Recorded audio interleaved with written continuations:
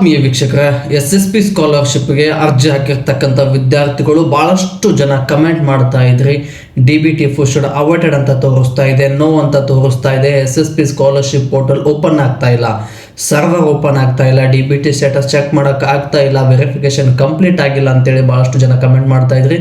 ಈ ವಿಡಿಯೋದಲ್ಲಿ ಎಲ್ಲ ನಿಮ್ಮ ಕಮೆಂಟ್ಗಳಿಗೆ ಉತ್ತರ ಇರುತ್ತೆ ಮತ್ತು ಅದರ ಜೊತೆಗೆ ಕೆಲವೊಂದಿಷ್ಟು SSP ಸ್ಕಾಲರ್ಶಿಪ್ ಕಡೆಯಿಂದ ಅಪ್ಡೇಟ್ ಬಂದಿದೆ.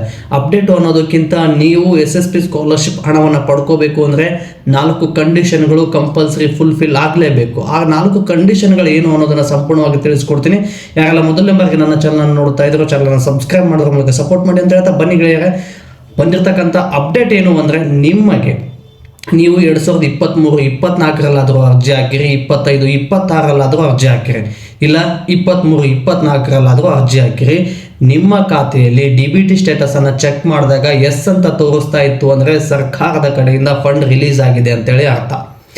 DDO ಅಪ್ರೂವಲ್ ಯಾವಾಗ ಕೊಡ್ತಾರೆ, ವಿತಿನ್ 2-3 ವರ್ಕಿಂಗ್ ಡೇಸ್ ಒಳಗಡೆ ನಿಮ್ಮ ಖಾತೆಗೆ ಅಮೌಂಟ್ ಬರುತ್ತೆ. ಇದು ಒಂದು ಕಂಡೀಷನ್. ಮತ್ತು ಅವಾಯ್ಡೆಡ್ ಅಂತ ಅದು ಏನಾದರೂ ತೋರಿಸ್ತಾ ಇದ್ರೆ ಏನು ಟೆನ್ಷನ್ ಇಲ್ಲ, ಅದರಿಂದ ಏನು ಯಾವಾಗೂ ತೊಂದರೆ ಆಗೋದಿಲ್ಲ. SSP ಸ್ಕಾಲರ್ಶಿಪ್ ಹಣ ಬರೋದಕ್ಕೂ ಕೂಡ ಯಾವುದೇ ತೊಂದರೆ ಇಲ್ಲ. ಬಟ್ ವೆರಿಫಿಕೇಶನ್ ಕಂಪಲ್ಸರಿ ಕಂಪ್ಲೀಟ್ ಆಗಿರಲೇಬೇಕು. 1, 2 ಮತ್ತು 3, 4 ವೆರಿಫಿಕೇಶನ್ ಲೆವೆಲ್ಗಳಿದೆ.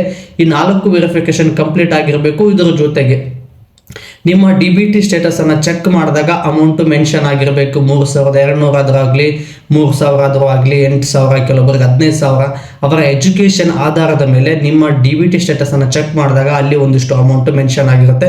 ಇದು ಕಂಪಲ್ಸರಿ ಅಮೌಂಟು ಮೆನ್ಷನ್ ಆಗಿರಬೇಕು. ಅಂದಾಗ ಮಾತ್ರ ವೆರಿಫಿಕೇಶನ್ ಕಂಪ್ಲೀಟ್ ಆಗಿ DDO ಅಪ್ರೂವಲ್ ಅವ್ರದ್ದು ಒಂದು ಪೆಂಡಿಂಗ್ ಉಳ್ಕೊಳ್ಳುತ್ತೆ. ಇನ್ನು ಕೆಲವೊಬ್ಬರು DBT ನೋ ಅಂತ ತೋರಿಸ್ತಾ ಇದೆ, ಏನು ಮಾಡಬೇಕು? DBT ಫುಡ್ ಅಂತ ತೋರಿಸ್ತಾ ಇಲ್ಲ, ವೆರಿಫಿಕೇಶನ್ ಏನು ಕಂಪ್ಲೀಟ್ ಆಗಿಲ್ಲ ಅಂತೇಳಿ ಕಮೆಂಟ್ ಮಾಡ್ತಾ ಇದ್ರಲ್ಲ, ಇವರಿಗೆ ನೀವು 1902ಗೆ ಕಾಲ್ ಮಾಡೋದ್ರ ಮೂಲಕ ಅದರ ವೆರಿಫಿಕೇಶನ್ ಅನ್ನು ಕಂಪ್ಲೀಟ್ ಮಾಡಿಸ್ಕೋಬಹುದು. ಒಂದು ಇಲ್ಲ ಅಂದರೆ ನೀವು DBT ಸ್ಟೇಟಸನ್ನು ಚೆಕ್ ಮಾಡಿದಾಗ ಒಂದು ಕಾಪಿ ಏನು ಬರುತ್ತಲ್ಲ ಅದನ್ನು ಪ್ರಿಂಟ್ ತಗೊಳ್ಳಿ.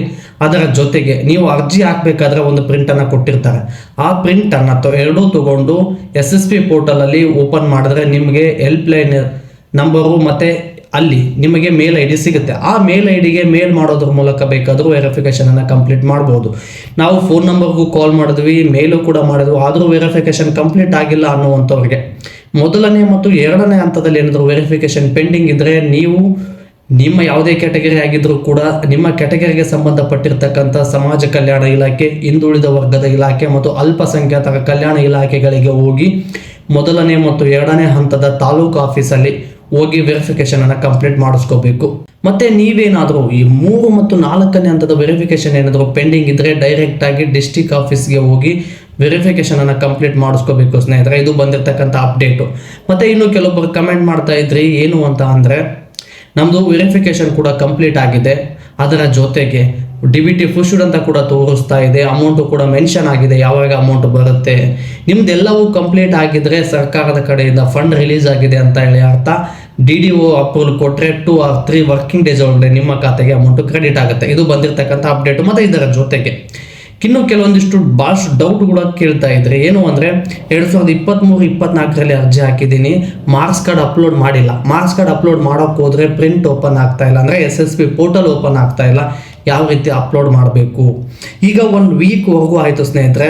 SSP ಪೋರ್ಟಲನ್ನು ಓಪನ್ ಮಾಡಿದ್ರೆ ಯಾವುದೇ ಪೋರ್ಟಲ್ ವೆಬ್ಸೈಟು ಕ್ಲಿಯರ್ ಆಗಿ ಓಪನ್ ಆಗ್ತಾ ಇಲ್ಲ, ಸರ್ವರ್ ಪ್ರಾಬ್ಲಮ್ ಇದೆ. ಯಾಕಂದರೆ ಜನವರಿ ಮಂತ್ ಎಂಡಲ್ಲಿ ಸ್ಯಾಂಕ್ಷನ್ ಆಗಿರ್ತಕ್ಕಂಥ ಎಲ್ಲ ಅಮೌಂಟುಗಳಿಗೂ ಈ 4 ಕಂಡೀಷನ್ ಯಾವ್ಯಾವ ಖಾತೆಗಳು ಫುಲ್ಫಿಲ್ ಆಗಿತ್ತಲ್ಲ ಅಂಥ ವಿದ್ಯಾರ್ಥಿಗಳಿಗೆ, ನೀವು SC ST ಆದರೂ ಆಗಿರಿ, OBC ಆದರೂ ಆಗಿರಿ, ಜನರಲ್ ಆದರೂ ಆಗಿರಿ, ಮತ್ತು ಅದರ ಜೊತೆಗೆ ನೀವು ಮೈನಾರಿಟಿ ಕ್ಯಾಟಗರಿ ಅವರು ಆದರೂ ಕೂಡ ಆಗಿರಿ, ವಿದ್ಯಾಶ್ರೀ, ಯಶಸ್ವಿನಿ, ರೈತ ವಿದ್ಯಾನಿಧಿ, ಈ ಎಲ್ಲ ಖಾತೆಗಳಿಗೆ ಅಮೌಂಟು ಕ್ರೆಡಿಟ್ ಆಗೋದಕ್ಕೆ ಗೌರ್ಮೆಂಟ್ ಅವರೇ SSP ಸ್ಕಾಲರ್ಶಿಪ್ ಪೋರ್ಟಲನ್ನು ಯೂಸ್ ಮಾಡ್ತಾ ಇದ್ರು.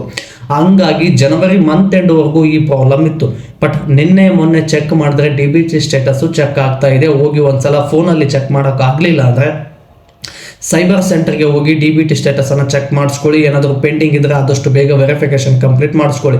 ಯಾಕಂದರೆ SSP ಸ್ಕಾಲರ್ಶಿಪ್ ಪೋರ್ಟಲಲ್ಲಿ 3 ತಿಂಗಳಿಗೆ ಒಂದ್ಸಲ ಕರ್ನಾಟಕ ಸರ್ಕಾರದ ಕಡೆಯಿಂದ ಫಂಡ್ ರಿಲೀಸ್ ಆಗುತ್ತೆ. ಈ ಎಲ್ಲ ವೆರಿಫಿಕೇಶನ್ ಪ್ರೋಸೆಸ್ಸು ಕಂಪ್ಲೀಟ್ ಆಗಿದ್ರೆ ಫಂಡ್ ರಿಲೀಸ್ ಆದರೆ DDO ಅಪ್ರೂವಲ್ ಒಂದು ಪೆಂಡಿಂಗ್ ಉಳಿಯುತ್ತೆ.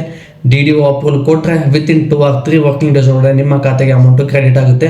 ಮತ್ತೆ ಇನ್ನು ಕೆಲವೊಬ್ರು ನಮಗೆ ಮಾರ್ಕ್ಸ್ ಕಾರ್ಡ್ ಅಪ್ಲೋಡ್ ಮಾಡಿ ಅಂತೇಳಿ ಕಾಲ್ ಬರ್ತಾ ಇದೆ, ಇನ್ನು ಮಾರ್ಕ್ಸ್ ಕಾರ್ಡ್ ಬಂದಿಲ್ಲ, ಏನ್ ಮಾಡಬೇಕು ಅಂತೇಳಿ ಕೂಡ ಕಮೆಂಟ್ ಮಾಡ್ತಾ ಇದ್ರಿ.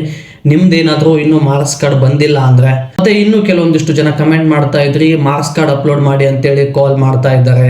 SSP ಆಫೀಸ್ ಕಡೆಯಿಂದ ಕಾಲ್ ಬಂದಿತ್ತು, ಇದಕ್ಕೆ ಏನ್ ಮಾಡಬೇಕು ಅಂತೇಳಿ ಆದಷ್ಟು ಜಾಸ್ತಿ ಜನ ಕಮೆಂಟ್ ಕೂಡ ಮಾಡ್ತಾ ಇದ್ರಿ. ನೀವು ಆದಷ್ಟು ಬೇಗ ನಿಮ್ಮ ಕಾಲೇಜ್ಗೆ ಅಥವಾ ಯೂನಿವರ್ಸಿಟಿಗೆ ಹೋಗಿ ನಿಮ್ಮ ಮಾರ್ಕ್ಸ್ ಕಾರ್ಡನ್ನು ತಗೊಳ್ಳಿ.